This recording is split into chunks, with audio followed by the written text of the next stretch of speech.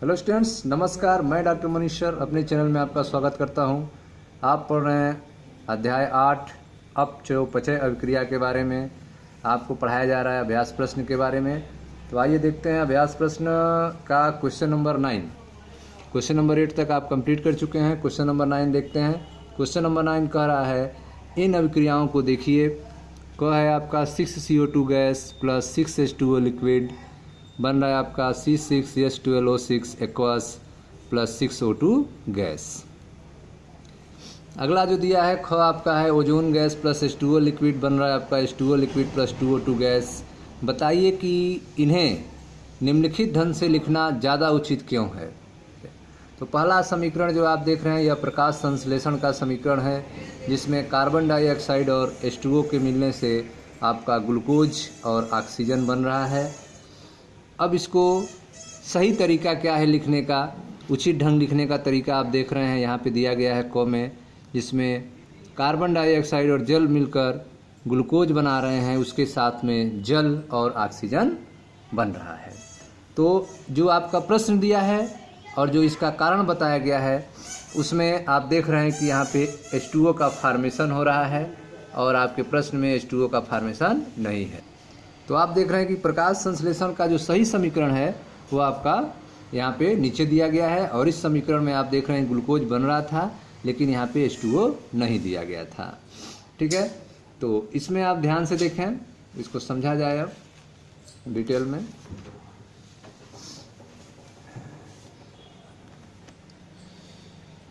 CO2 gas plus 6H2O liquid बन रहा है आपका C6H12O6 एक्वस, ग्लूकोज बन रहा है प्लस ऑक्सीजन गैस निकल रहा है।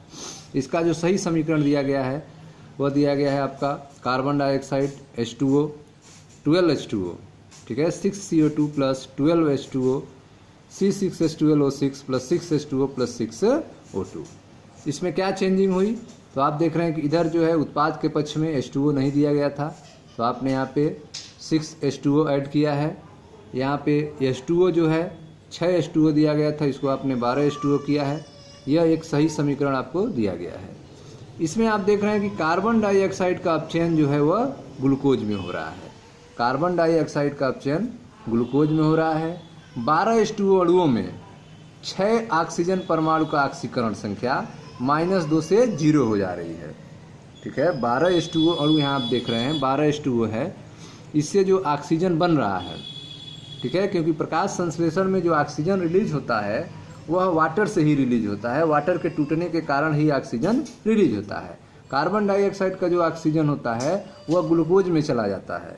ठीक है, यह 6CO2 आप देख रहे हैं कार्बन डाइऑक्साइड, यह ग्लूकोज के फॉर्मेशन में यूज हो जाता है। और यह जो H2O आप देख रहे हैं इसका ऑक्सीजन जो है ऑक्सीजन, इसका जो H2O का ऑक्सीजन जो है यह ऑक्सीजन के रूप में रिलीज होता है।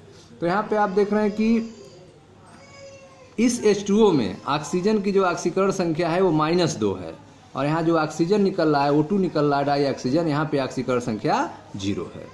ठीक है, तो आप देख रहे हैं यहाँ पर कि 12H2O अणुओं में 6 ऑक्सीजन परमाणुओं के ऑक्सीकरण संख्या जो है -2 से 0 हो जाती है, जबकि शेष जो 6H2O में ऑक्सीजन की ऑक्सीकरण संख्या समान रहती है। ठीक है, यहाँ पर 12H2O है, तो इस 12H2O में 6 ऑक्सीजन की ऑक्सीकरण संख्या 0 हो जाती है जो O2 के रूप में है, जबकि 6 ऑक्सीजन की ऑक्सीकरण संख्या जो है वह यहाँ पे जो है या यहाँ पे कहें तो -2 होती है। ठीक है, यह जो है हमें इस समीकरण से जानकारी प्राप्त हुआ। ख वाला देखते हैं। ख वाला जो आपका समीकरण दिया गया था वो ओजोन का था, जिसमें आप देख रहे हैं कि ओजोन जो है हाइड्रोजन परऑक्साइड से अभिक्रिया कर रहा है और H2O और डाई ऑक्सीजन बन रहा है।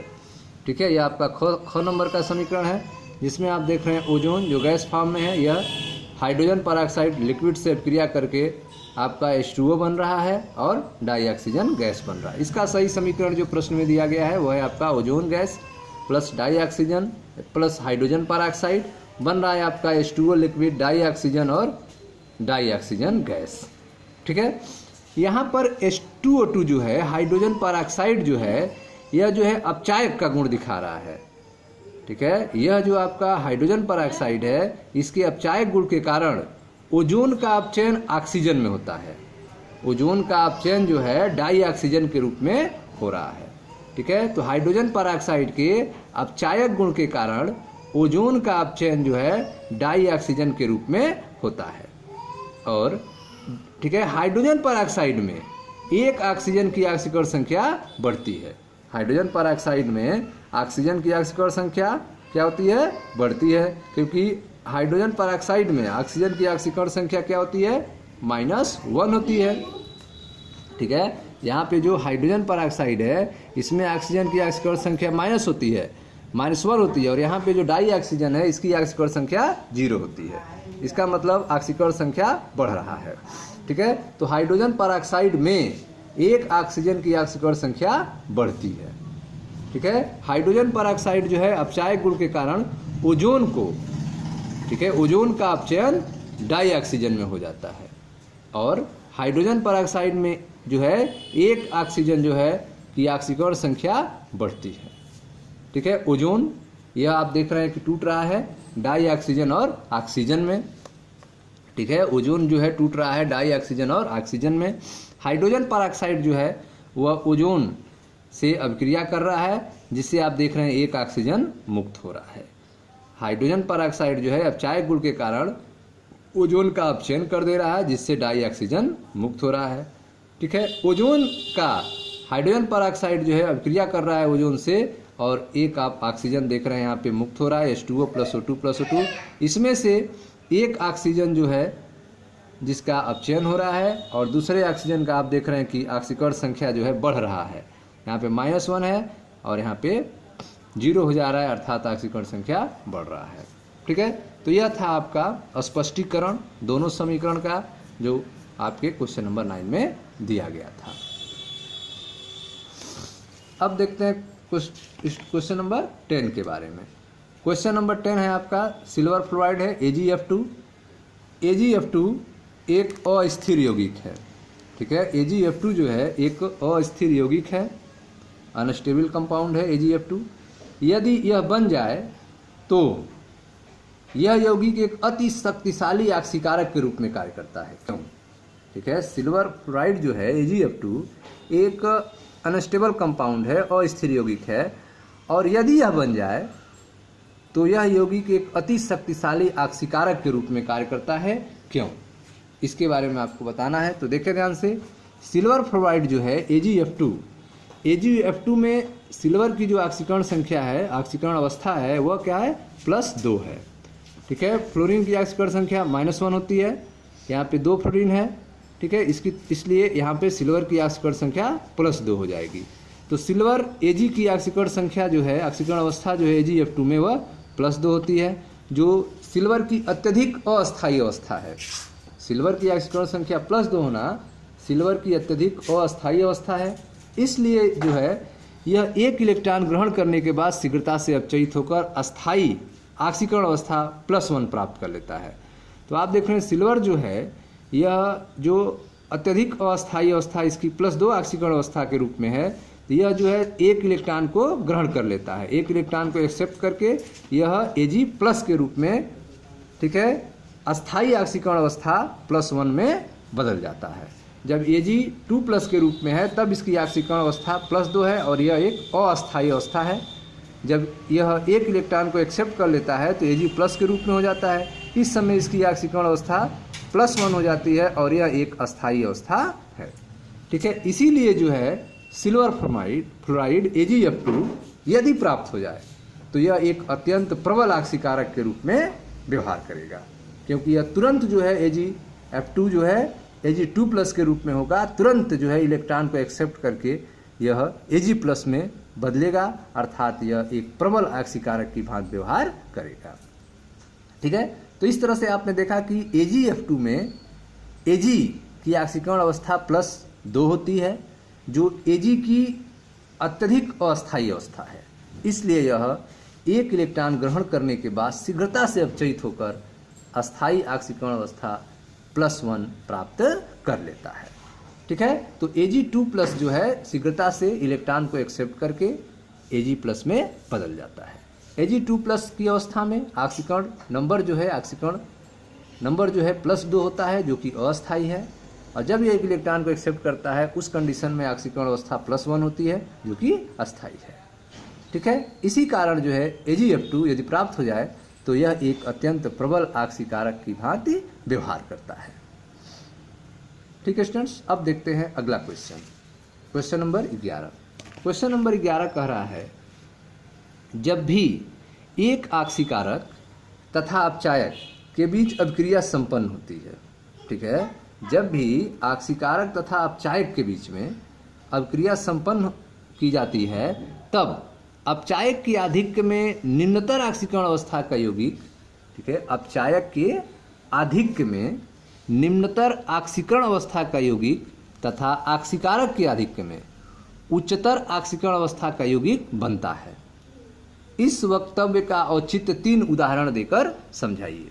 ठीक है, तो यहाँ पे आपको 3 उदाहरण के माध्यम से आपको समझाना है कि जब जो है ऑक्सीकारक अपचायक के बीच में अभिक्रिया होती है तब ऑक्सीकारक के आधिक्य में, जब ऑक्सीकारक अधिक मात्रा में हो तो उस समय निम्नतर ऑक्सीकरण अवस्था का यौगिक बनता है।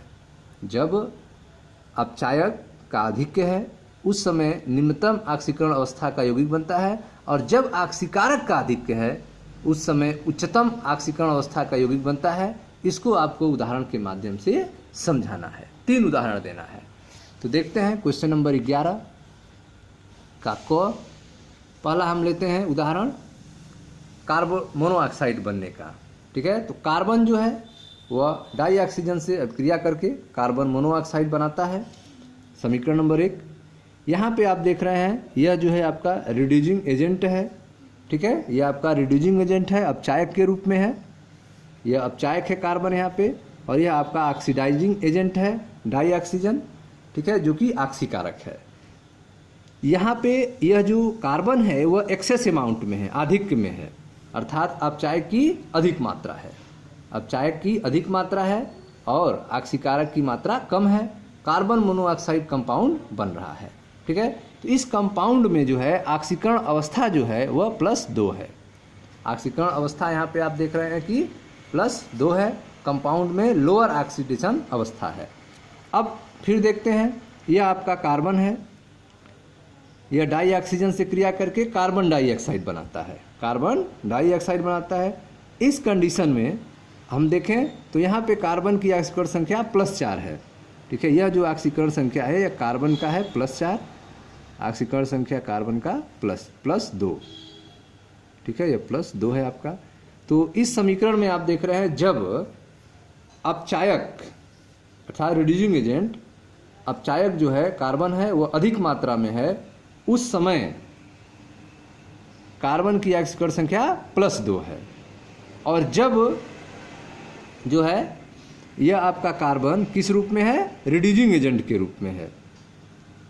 ठीक है, रिड्यूसिंग एजेंट के रूप में है, और जो आपका डाई ऑक्सीजन है वह ऑक्सीडाइजिंग एजेंट के रूप में है और एक्सेस अमाउंट में है, अधिक मात्रा में है। ऑक्सीकारक के रूप में आपका डाई ऑक्सीजन है और अधिक मात्रा में है। उस समय आप देख रहे हैं कि जो कार्बन है उसकी ऑक्सीकरण अवस्था अधिक है, +4 है, +4 है। तो यह पहला एग्जाम्पल आपने देखा कि जब हम अपचायक को अधिक मात्रा में लेते हैं तो उस समय जो आपका कंपाउंड बनता है वह लोअर ऑक्सीडेशन स्टेट में होता है, कम ऑक्सीकरण अवस्था में होता है, जैसे कार्बन की +2 है। और जब हम, ठीक है, ऑक्सीकारक की अधिक मात्रा लेते हैं उस समय जो कंपाउंड बनता है, ठीक है, उसका ऑक्सीकरण अवस्था अधिक होती है, हाइयर ऑक्सीडेशन स्टेट में होता है। ठीक है, +4 की अवस्था में कार्बन है यहाँ पे, और इस में कंडीशन में +2 के अवस्था में कार्बन है। अतः अभिक्रिया 1 और 2 आपने देखा, तो अभिक्रिया 1 में अपचायक कार्बन अधिकता में है, जो रिड्यूसिंग एजेंट है अपचायक के रूप में कार्बन वह अधिकता में है, जबकि अभिक्रिया 2 में आप देख रहे हैं जो ऑक्सीकारक है, ऑक्सीडाइजिंग एजेंट जो है डाई ऑक्सीजन, वो अधिकता में है। अभिक्रिया 1 में आपने देखा कि कार्बन मोनोऑक्साइड, कार्बन की ऑक्सीकरण स्टेट जो है +2 है, और अभिक्रिया 2 में कार्बन डाइऑक्साइड में कार्बन की ऑक्सीकरण स्टेट जो है +4 का निर्माण करता है।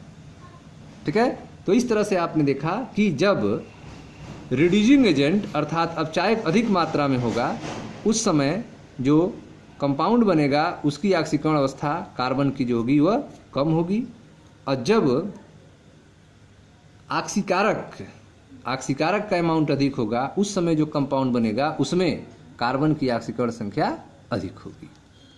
ठीक है, दूसरा उदाहरण देखते हैं।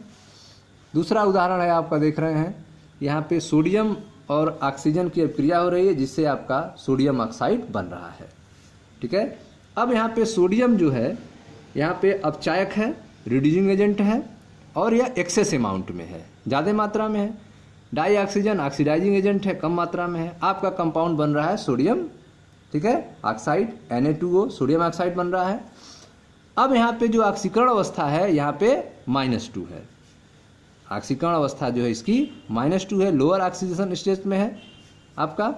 अब दूसरा देखते हैं, यह सोडियम जो है आपका रिड्यूसिंग एजेंट के रूप में है, ठीक है, अपचायक के रूप में है। अब ऑक्सीडाइजिंग एजेंट जो है डाई ऑक्सीजन, ये एक्सेस अमाउंट में, अधिक मात्रा में है, ठीक है, अधिक मात्रा में। यहाँ पर इसकी जो ऑक्सीकरण अवस्था है, ठीक है, ऑक्सीकरण अवस्था जो होगी यहाँ पे वो हायर ऑक्सीडेशन स्टेट में है, -1। ठीक है, सोडियम परऑक्साइड में Na2O2 में ऑक्सीजन की ऑक्सीकरण अवस्था आप देख रहे हैं -1 है, जो कि एक अधिक ऑक्सीकरण अवस्था है। ठीक है, तो जब इस तरह से आपने देखा कि जब सोडियम जो है रिड्यूसिंग एजेंट के रूप में एक्सेस अमाउंट में है, अपचायक के रूप में अधिक मात्रा में है, उस समय सोडियम ऑक्साइड जो बन रहा है उसका ऑक्सीजन का ऑक्सीडेशन स्टेट जो है, ऑक्सीकरण अवस्था जो है वह कम है, लोअर ऑक्सीडेशन स्टेट में है। और जब जो है सोडियम जो रिड्यूसिंग एजेंट के रूप में है, अपचायक के रूप में है, और डाई ऑक्सीजन जो है वह ऑक्सीकारक के रूप में है, इसकी मात्रा जब अधिक होती है और कंपाउंड आपका सोडियम परऑक्साइड बनता है, तो इस कंडीशन में जो कंपाउंड है उसके ऑक्सीजन का ऑक्सीडेशन स्टेट जो है हाई होती है, अधिक होती है, -1 है। ठीक है, तो यह तीसरा एग्जाम्पल देखते हैं। एक और एग्जाम्पल देखते हैं, 3 एग्जाम्पल पूछा गया था। हाँ, फास्फोरस जो है वह क्लोरीन से क्रिया करके फास्फोरस ट्राइक्लोराइड बना रहा है। यहाँ पे यह आपका फास्फोरस जो है वो रिड्यूसिंग एजेंट है, अपचायक के रूप में है, एक्सेस अमाउंट में है, ज़्यादा मात्रा में है। यह आपका क्लोरीन है जो ऑक्सीडाइजिंग एजेंट है, जो इसकी तुलना में कम है, और यह आपका यहाँ बन रहा है, आपका कंपाउंड बन रहा है फास्फोरस ट्राइक्लोराइड। यहाँ पे फास्फोरस की ऑक्सीकरण संख्या जो है वह +3 है। फास्फोरस की ऑक्सीकरण संख्या कितनी है? +3 है। ठीक है, अब जो है अब लेते हैं, यहाँ पे फास्फोरस जो है रिड्यूसिंग एजेंट के रूप में है। अब यहाँ पे क्लोरीन जो है ऑक्सीडाइजिंग एजेंट के रूप में है, जो एक्सेस अमाउंट में है। ठीक है, यहाँ पे जो है यह अब किस रूप में है? एक्सेस अमाउंट में है, ज़्यादा मात्रा में है। तो ज़्यादा मात्रा में आपका क्लोरीन है। इस कंडीशन में आप देख रहे हैं जो आपका बनेगा उसका lower oxidation state, compound lower oxidation state +5 में है। ठीक है,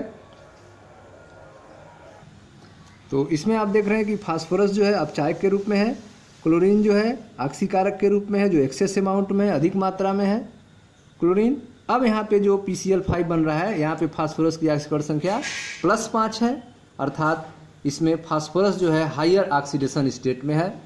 ठीक है, ऑक्सीकरण अवस्था इसमें हायर है, जबकि जब फास्फोरस जो है वह एक्सेस अमाउंट में था, किस रूप में? अपचायक के रूप में, और क्लोरीन जो है ऑक्सीडाइजिंग एजेंट के रूप में था, ऑक्सीकारक के रूप में। इस समय जो कंपाउंड PCl3 बन रहा था उसमें फास्फोरस की ऑक्सीकरण संख्या जो थी वह लोअर थी, कम थी, +3 थी। ठीक है, तो इस तरह से आपने देखा कि जब अपचायक के रूप में होगा कंपाउंड, तो अपचायक के रूप में होगा तो उस समय ऑक्सीकरण अवस्था कम होगी, और जब ऑक्सीकारक की मात्रा अधिक होगी तो उस समय ऑक्सीकरण अवस्था अधिक होगी। ठीक है, तो जो कंपाउंड बनेगा उसमें जब ऑक्सीकारक एजेंट की, ऑक्सीडाइजिंग एजेंट की मात्रा अधिक होगी, उस समय कंपाउंड का ऑक्सीडेशन स्टेट हाइयर होगा, और जब रिड्यूसिंग एजेंट जो है, अपचायक जो है, उसकी मात्रा अधिक होगी, उस समय जो कंपाउंड बनेगा उसकी ऑक्सीकरण अवस्था कम होगी। ठीक है स्टूडेंट्स, तो यह थे आपके 3 एग्जाम्पल। मिलते हैं नेक्स्ट वीडियो में।